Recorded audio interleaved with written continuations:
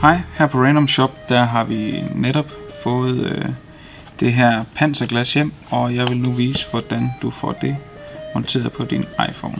Først så kigger vi lige på panserglasset.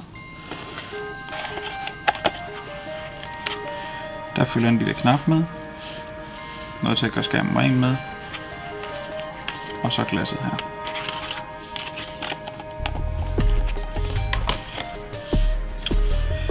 Når du putter det her på din smartphone, så er det meget vigtigt, at du gør den godt ren inden, så der ikke kommer til at være noget inde bagved.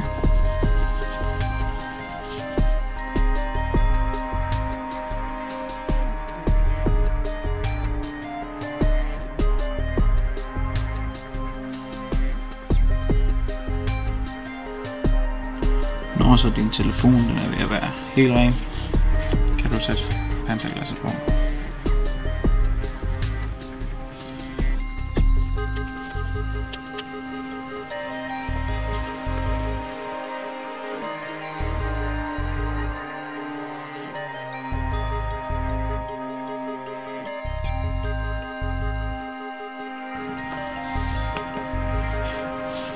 Og så har du dit panserglas klar.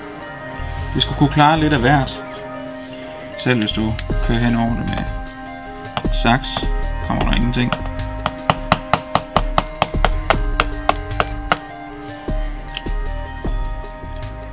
Find det på randomshop.dk.